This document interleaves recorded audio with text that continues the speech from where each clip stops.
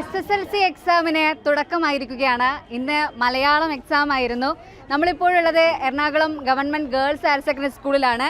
ഇവിടെ കുറേ പെൺപുലികളുണ്ട്. എക്സാമൊക്കെ കഴിഞ്ഞ് ഫുൾ ഈസി ആണെന്നാണ് ഇവർ പറയുന്നത്. എങ്ങനെ ഉണ്ടായിരുന്നു ഇന്ന്? സിമ്പിളായിരുന്നു, വളരെ സിമ്പിളായിരുന്നു. അടിപൊളിയായിരുന്നു. ഞങ്ങൾക്ക് സാൻസ്ക്രിറ്റും ഇവർക്ക് മലയാളമായിരുന്നു. മോഡലിനേക്കാളും അടിപൊളിയായിരുന്നു. നിങ്ങൾ ഭയങ്കര ടഫായിരിക്കും വിചാരിച്ചിരുന്നോ? ഒരുപാട് എഴുതാനുണ്ടാവും വിചാരിച്ചിരുന്നു SSLC ടഫായിരുന്നു വിചാരിച്ചത്, പക്ഷേ മോഡലിനെക്കാട്ട് സിമ്പിളായിരുന്നു, പൊളിയായിരുന്നു. കാരണം അങ്ങനെയാണ് പറയുന്നത്, മോഡൽ ഈസി ആണെങ്കിൽ SSLC ടഫായിരിക്കും എന്ന് പറയാറുണ്ട്, പക്ഷെ നല്ല ഈസി ആയിരുന്നു.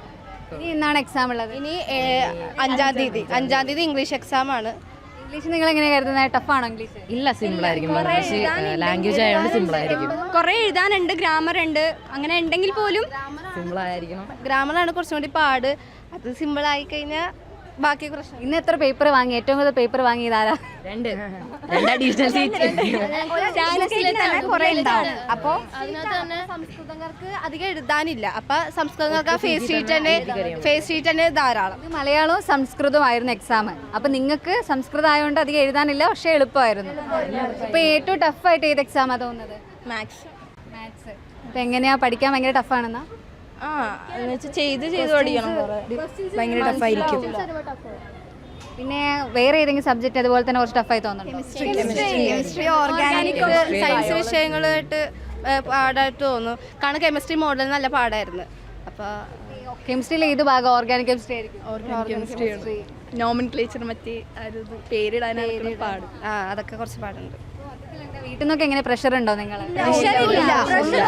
വേണമെങ്കിൽ മതി, A+ കിട്ടുവാണെങ്കിൽ മതി, ഒരിക്കലും നിർബന്ധിച്ചിട്ടില്ല. ഒരു ടെൻഷനും ഇല്ല, ഒന്നും പറയുന്നില്ല. നമ്മൾ പഠിച്ചനുസരിച്ച് നമുക്ക് കിട്ടുന്ന മാർക്കിനനുസരിച്ച് ഒരു പ്രഷർ ഒന്നും തരുന്നില്ല.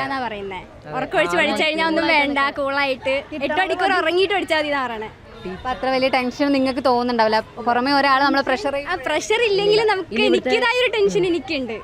ടീച്ചേഴ്സൊക്കെ എങ്ങനെയാ? ടീച്ചർമാരാണെങ്കിൽ അതെ, പ്രഷർ തരുന്നില്ല. കാരണം 6 മണിക്കൂർ തന്നെ എക്സാമിന് തലേദിവസം കിടന്ന് ഉറങ്ങി ടെൻഷൻ ഫ്രീ ആക്കി വരാനാണ് പറയുന്നത്. അതന്നെ വലിയ ആശ്വാസം. സപ്പോർട്ടീവ് ആണ് ടീച്ചേഴ്സ്മാരും പാരൻസ് ഒക്കെ സപ്പോർട്ടീവ് ആണ്. നമ്മൾ ഏറ്റവും നല്ല സപ്പോർട്ടായിട്ടാണ് ടീച്ചർമാർ നിൽക്കുന്നത്.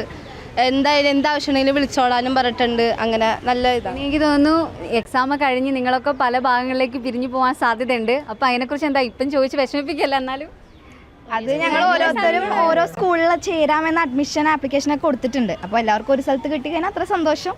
പിന്നെ കിട്ടുമോന്ന് അറിയില്ല. എല്ലാവരും എന്തായാലും ഇവിടെ വെച്ചിട്ടാണ് പോകുന്നത്. അപ്പോൾ എല്ലാവർക്കും ഒരുമിച്ച് കിട്ടിയാൽ നന്നായിരുന്നു. എല്ലാവരും ഹയർ സെക്കൻഡറി ഉണ്ടല്ലോ. അതെ, +1 +2 ഇവിടെയുണ്ട്.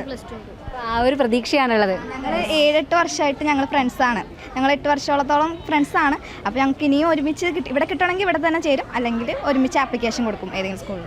ഇന്ന് മലയാളവും സംസ്കൃതവും ആയിരുന്നു. അപ്പം പിള്ളേരൊക്കെ പറയുന്നത് എക്സാം കടുപ്പല്ല, എളുപ്പമാണെന്നാണ്. അപ്പോൾ ഇനിയുള്ള എക്സാമും വീട്ടിൽ നിന്നൊന്നും പ്രഷർ ഇല്ലാത്തതുകൊണ്ട് ഇവർക്ക് നല്ല രീതിയിൽ തന്നെ എഴുതാൻ പറ്റുന്നുള്ള ആത്മവിശ്വാസമാണ് കുട്ടികൾ നമ്മളോട് പങ്കുവെക്കുന്നത്. വീഡിയോ ജേർണലിസ്റ്റ് ഹണി തങ്കപ്പനൊപ്പം reporter Anjali Sreejitharaj, in reporter, Kochi.